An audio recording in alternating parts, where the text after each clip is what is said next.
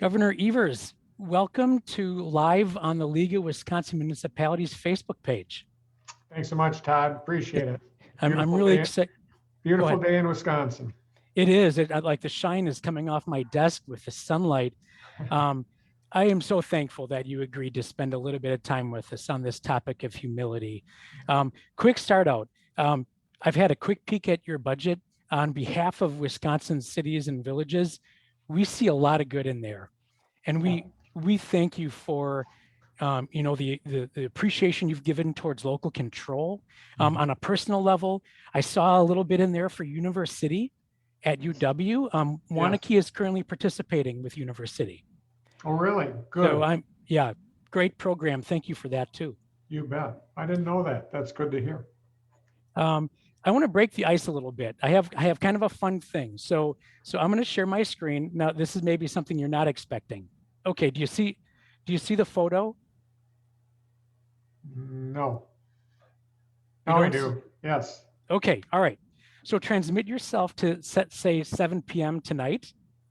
You're at your table. You got your wife and a couple really good friends there. And here's what I want to learn from you. So here's what you're looking at in front of you. Okay. There's one problem with the brandy old fashioned, which you and I both enjoy. That's something we have in common. Yeah. There's no garnish. And my question for you, cherries or olives? Oh, I don't like either. Really? Yeah, I just soon have none. Nothing. Okay, well you surprised me on that one. Congratulations. Sorry. No, that's right. Okay, next question. You're the dealer. We got a heated game of euchre going, okay? You're the dealer. You turn up a jack, but this is your hand you're looking at. Do you turn down the jack or do you pick it up? You just can't pick it up. You can't. Now I'll stop sharing. My grandparents teaching me euchre from Michigan, they grew out there in Michigan, never turned down a jack. No. Is what I was taught. So you got to count on your partner, but that's a tough hand. Yeah, that's a horrible hand. That's a horrible hand. And on top, the only thing that would change my answer there is if my partner hesitated a little bit. Yep. And you're not supposed to do that, but that's right. Cheating. But I always listen. And if the partner just hesitates maybe for 2 seconds too long, I'd probably pick it up. Right. I think you and I could play pretty well together. Yes, so, we'd clean up. All right, super. All right, so we're going to jump right into this. What an interesting time to talk about humility as we've been in the midst of this pandemic season.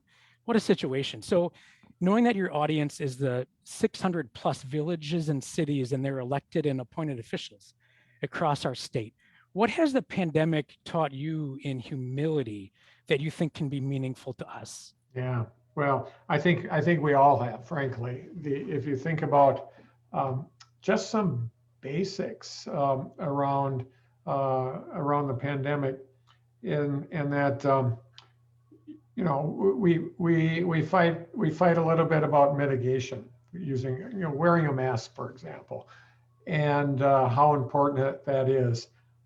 But at the end of the day, mitigating does not mean eradicating. We would still have people dying, even if we did. I mean, it's been humbling just to know. I know I'll argue with people on this that say, well, it's just the flu. Well, it's not just the flu. But at the end of the day, we would still have deaths, even if every single person wore a mask and socially distanced. It is they don't call it a pandemic because it's a weakling. It's because it's very, very strong.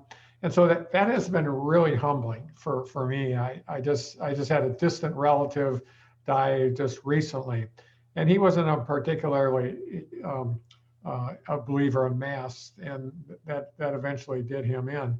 But the fact of the matter is that this is a really severe thing, and I've learned that mitigation does not mean eradication. That doesn't mean we shouldn't try, for goodness sakes, but we need to minimize the number of deaths and minimize the number of people that get sick. But at the end of the day, It's a virus, and it's not something we can control completely. Well, let me say, I believe you have demonstrated humility in your work on the topic, and I thank you for the example Yeah, that you've shown all of us. All right, let's shift it real quick. So I know there's never any disagreement in state government, right? This never, never. utopia, right? All right. So actually, what do you advice do you have in remaining humble when at the same time seeing such a difference of opinion in opposition to what you strongly feel is right? Yeah, and I'm going to make this.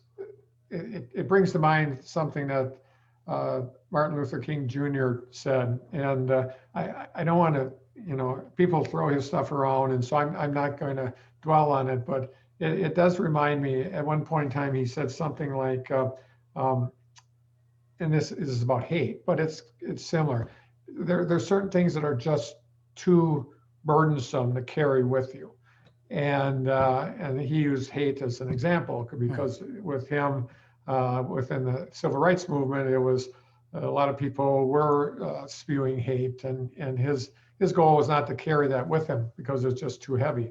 And the same holds true with, I think, in humility and in leadership too, in that um, there personalizing opposition, frankly, is too heavy a burden to carry. I think it should be for everybody, but I feel it. I try whatever I can to not personalize opposition on policy issues, because if you do, it wears you down. It wears me down, and it makes the discussion less about policy and more about personalities, and that just gets you no place. I just that's part of my DNA. But I think if people take it in terms of what do you want to carry around, and what do you want to go home and talk to your spouse about, uh, it's not like I hate so and so, or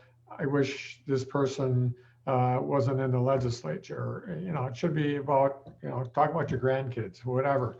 But I think we don't do ourselves much good, health-wise, mental health-wise, and frankly, moving the state forward if we personalize issues. And so I try to avoid it. It doesn't always happen, but I try to avoid it.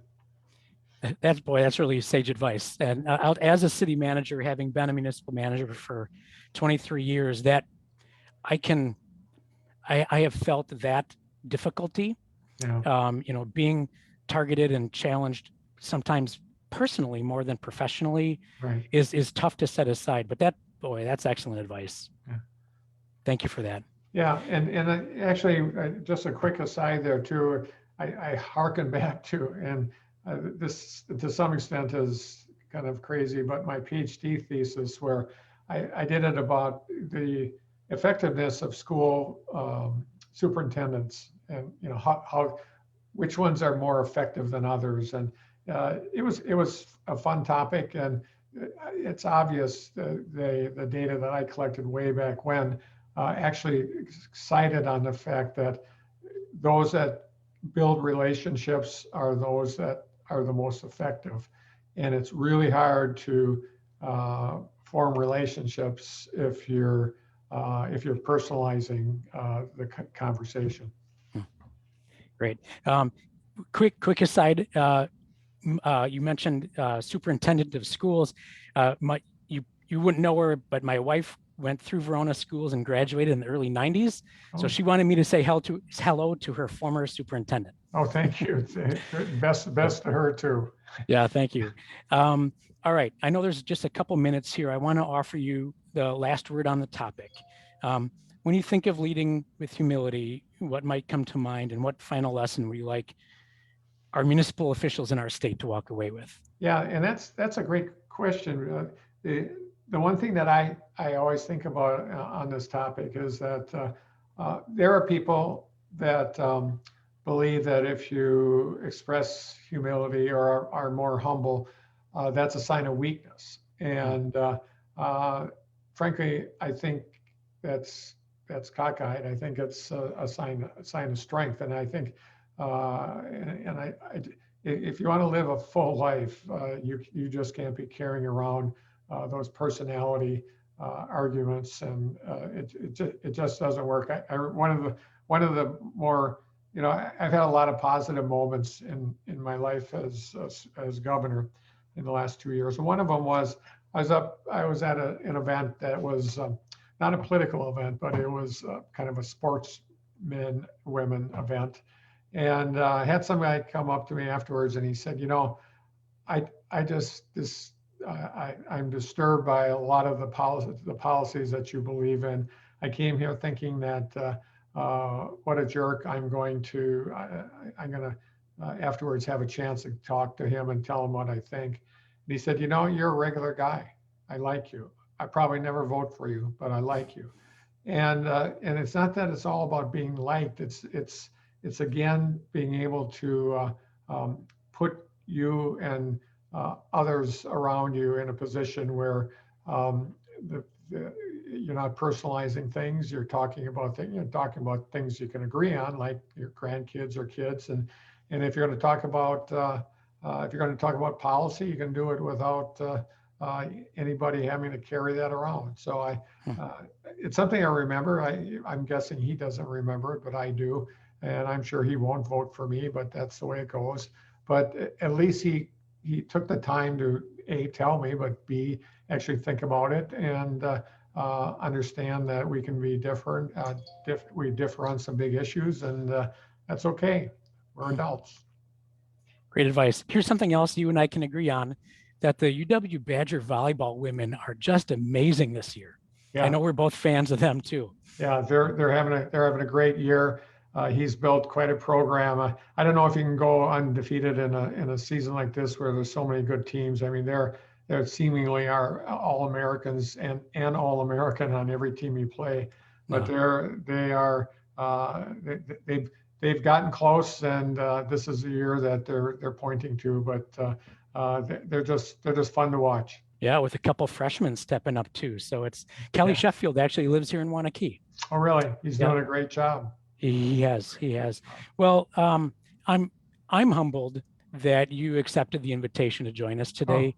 I hope all of the municipal officials across the state feel like that you're talking straight to us as individuals. Yeah, absolutely. And I'll just go back to something you said right at the beginning, Todd, and that's I am really proud to be a partner with municipalities in the state.